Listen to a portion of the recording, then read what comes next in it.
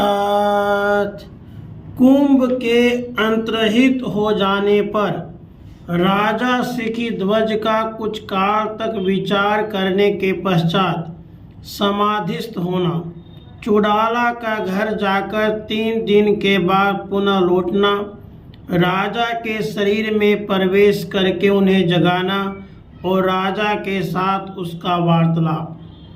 कुंभ ने कहा, महाराज सिखीध्वज, जिस प्रकार यह संपूर्ण विश्व उत्पन्न होता है और जैसे विलीन हो जाता है, वह सारा का सारा वृत्तांत मैंने आपसे वर्णन कर दिया। इसे सुनकर, समझकर तथा मनन करके स्पष्ट रूप से प्रत्यक्ष प्राप्त परम पद में आप स्वेच्छा अनुसार स्थित रहिए। संकल्प परंपरा से तथा किसी भी वस्तु की अभिलाषा से रहित आपको सदा आत्म दृष्टि में ही स्थित रहना चाहिए, क्योंकि यही दृष्टि परम पावन है। श्री वशिष्ठ जी कहते हैं, रघुनंदन, कुंभ के यूँ कहने पर राजा सिखीध्वज हाथ में फूल लेकर कुंभ को प्रणाम करने के लिए प्रतिवचन बोलना चाहते थे कि तब तक कुंभ अंतर्ध्यान हो गए। इस प्रकार कुंभ के अंतर्हित हो जाने पर राजा को बड़ा आश्चर्य हुआ। वे उसी विस्मय उत्पादक घटना का विचार करते हुए चित्रलिखित से अवाक रह गए। फिर वे यूं सोचने लगे, अहो, ब्रह्मा की लीला बड़ी विचित्र है। जो कुंभ के व्याज से मुझे सदा अभ्युदय स्वरूप ब्रह्म का ज्ञान प्राप्त हुआ। अहो, उन देव कुमार ने मुझको अत्यंत ही सुंदर एवं युक्ति युक्त उपदेश दिया, जिसके प्रभाव से चिरकाल से मोह निद्रा में व्याकुल पड़ा हुआ मैं प्रबुद्ध हो गया हूँ। अहो, कहाँ तो मैं कर्म जाल रूपी दलदल में जो यह करना चाहिए और यह नहीं, इस प्रकार के मिथ्या विभ्रम का चक्र रूप है विशेष रूप से फंसा हुआ था। कहाँ मुझे ऐसी साम्राज्य पदवी प्राप्त हो गई है जो सर्वथा शीतल, शुद्ध, शांत और अमृत उद्भव सुधाकर के भांति आह्लादजनक है। इसलिए अब मैं पूर्ण शांति का अनुभव कर रहा हूँ, पूर्णतः तृप्त हो रहा हूँ और केवल आनंद में ही स्थित हूँ। मेरे मन में अब तृण के अग्रभाग के बराबर भी इच्छा शेष नहीं रह गई है। मैं अपने वास्तविक स्वरूप में स्थित हो गया हूँ। यों विचार करते हुए राजा सिखीध्वज, जिनका अंतःकरण वासनाओं से शून्य हो गया था, मौन होकर इस प्रकार बैठ गए मानो पत्थर पे खुदी हुई कोई प्रतिमा हो। उसके बाद उस निर्विकल्प एवं निराश्रय मौनावस्था में अचल रूप से प्रतिष्ठित होकर वे पर्वत के शिखर की भांति स्थित हो गए। रघुकुल भूषण राम इस प्रकार इधर राजा सिखीध्वज तो निर्विकल्प समाधि में स्थित होने के कारण काष्ठ और दीवार की तरह निश्चेष्ट हो गए। उधर अब चुड़ाला की बात सुनिए। वह उस कुंभ वेश से अपने स्वामी राजा सिखीध्वज को प्रबुद्ध करके स्वयं अंतर्हित हो गई और बड़े वेग से उछलकर आकाश में जा पहुँची। वहाँ उसने माया द्वारा विरचित देवपुत्र की आकृति का परित्याग कर दिया और ऐसा सुंदर स्त्री रूप धारण कर लिया जो समझदार पुरुषों को भी मुग्ध कर देने वाला था। फिर तो वह आकाश मार्ग से अपने नगर में जा पहुंची और उसी क्षण अपने अंतःपुर में प्रविष्ट हो गई। उसके बाद लोगों के सामने प्रकट होकर राज्य कार्य करने लगे। 3 दिन बीतने के बाद वह पुनः आकाश में जाकर योग बल से कुंभ रूप में परिणत हो गई और राजा सिखीध्वज के वन में जा पहुंची।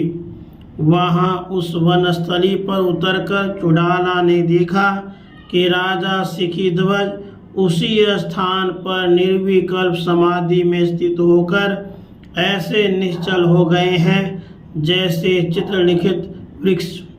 उन्हें देखकर वह बारंबार इस प्रकार कहने लगी, अहो, बड़े सौभाग्य की बात है कि यहाँ इन राजा को अपने आत्मा में विश्राम प्राप्त हो गया, जिससे ये सम शांत एवं स्वस्थ होकर स्थित है।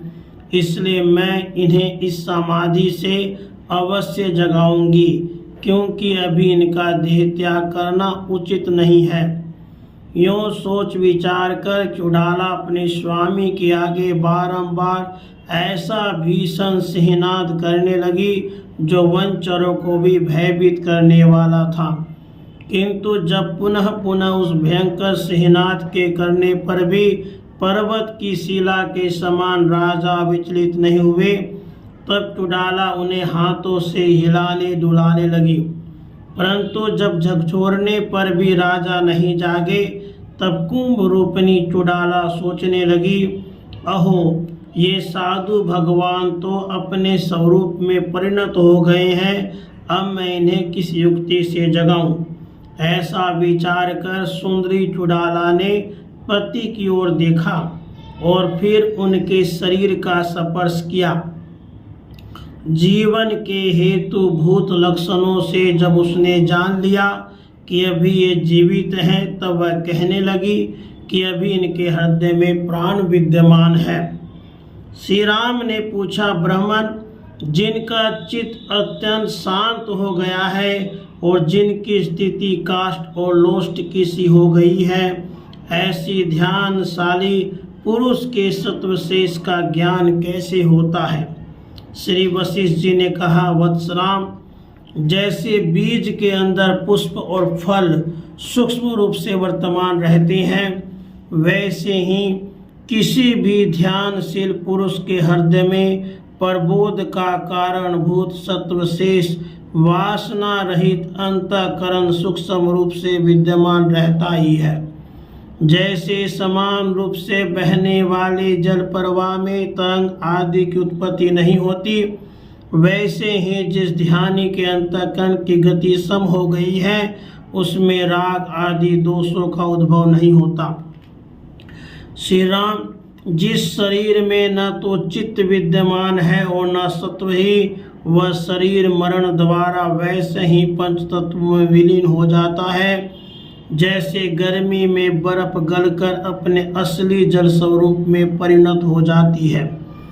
परंतु राजा सिखीध्वज का वह शरीर यद्यपि चित्त शून्य था, फिर भी उसमें पर्याप्त गर्मी वर्तमान थी और वह सत्व अंश अर्थात वासना रहित अंतःकरण से संयुक्त था। इसी कारण पंच तत्व विलीन नहीं हुआ था। तब उस श्रेष्ठ सुंदरी चुड़ाला ने अपने पति के शरीर की इस दशा का अवलोकन करके शीघ्र ही विचार किया, यदि मैं इन्हें नहीं जगाती हूँ तो भी कुछ समय के बाद वे स्वयं जाग ही जाएंगे, किंतु मैं यहाँ अकेली ही क्यों बैठी रहूँ, अतः इन्हें अवश्य जगाऊंगी। यों विचार कर चुड़ाला अपने इंद्रिय समूह रूप शरीर को वहीं छोड़कर स्वामी के अंतःकरण में प्रविष्ट हो गई। वहां पहुंचकर उसने सत्व संपन्न अपने स्वामी की चेतना को स्पंदित कर दिया और फिर लौटकर वह अपने शरीर में उसी प्रकार प्रवेश कर गई जैसी चिड़िया अपने घोंसले में घुस जाती है। उसके बाद कुंभ स्वरूपिणी चुड़ाला वहां से उठकर एक पुष्प आच्छादित स्थान में जा बैठी और साम गान करने लगी। उस साम गान को सुनकर राजा के शरीर में वर्तमान सत्वगुण संपन्ना चेतनता उद्बुद्ध हो उठी। आँख खोलने पर राजा सिखीध्वज ने कुंभ को अपने सामने उपस्थित देखा, जो दिव्य शरीर से युक्त होकर साम गान में तत्पर थे तथा मूर्तिमान दूसरे साम वेद से जान पड़ते थे। उन्हें देखकर राजा ने सोचा, अहो, मैं तो धन्य हो गया जो ये मुनि पुनः अपने आप यहाँ पधारे। ऐसा विचार कर उन्होंने कुंभ को पुष्पांजलि समर्पित की और कहा, भगवान, मालूम होता है मुझे पवित्र करने के लिए ही आपका पुनः आगमन हुआ है। यदि ऐसी बात नहीं है तो आप ही बतलाइए कि आपके पुनः आगमन में दूसरा कौन सा कारण हो सकता है। कुंभ ने कहा, महाराज, मैं शरीर से तो आपके पास से चला गया था, किंतु मेरा चित्त तो यहाँ आपके साथ ही स्थित था। इसी कारण मैं आपके सामने पुनः उपस्थित हुआ हूँ, क्योंकि मेरी तो ऐसी धारणा है कि जगत में आपके समान मेरा बंधु, आप सुहृद, पित्र, सखा, विश्वास पात्र व्यक्ति अथवा अनुयायी दूसरा कोई नहीं है। सिखी ध्वज बोले, अहो देवपुत्र, असंग होते हुए भी जो आप मेरे समागम की इच्छा रखते हैं, इससे प्रतीत होता है कि आज निश्चय ही मेरे पुण्य सफल हो गए। कुंभ ने कहा, राजन, आपको महानंद स्वरूप परम पद में विश्राम की प्राप्ति हो गई ना। आप इस भेद में दुख से सर्वथा रहित हो गए ना। भोग की निरस्ता का विचार करके आपात रमणीय संकल्पों से आपका प्रेम एकदम निर्मूल हो गया है ना। आपका मन हेय और उपादेय की अवस्था को अतिक्रांत कर गया है ना। वह शांत सम संपन्न होने से समता युक्त और प्रारब्धानुसार परा पदार्थों में उद्वेग शून्य होकर ही अस्तित्व रहता है ना। सिखी ध्वज बोले, भगवान, चिरकाल के पश्चात थोड़े ही समय में मैं निर्विकार होकर पूर्ण विश्राम को प्राप्त हो गया हूँ। मुझे संपूर्ण प्राप्तव्य पदार्थ उपलब्ध हो चुके हैं। अब मैं पूर्णतया तृप्त हो गया हूँ। जिस ब्रह्म का मुझे न तो ज्ञान ही था और न जिसकी प्राप्ति ही हुई थी, उसे मैंने जान लिया और प्राप्त भी कर लिया तथा छोड़ देने योग्य संसार का त्याग भी कर दिया। अब मेरा मन वासना रहित हो गया है और मैंने परमात्म स्वरूप परम तत्व का आश्रय भी ले लिया है। अब मेरे लिए कुछ भी शेष नहीं रह गया है। अब तो मैं सांसारिक वासनाओं से शून्य, मोह और भय से रहित, वीतराग, नित्य ज्ञान स्वरूप, सर्वत्र समतापूर्ण, सर्वथा सौम्य, सर्वात्मक, सारी कल्पनाओं से मुक्त, आकाश मंडल के समान निर्मल तथा एक रूप होकर स्थित हूँ। राधे कृष्ण, राधे कृष्ण।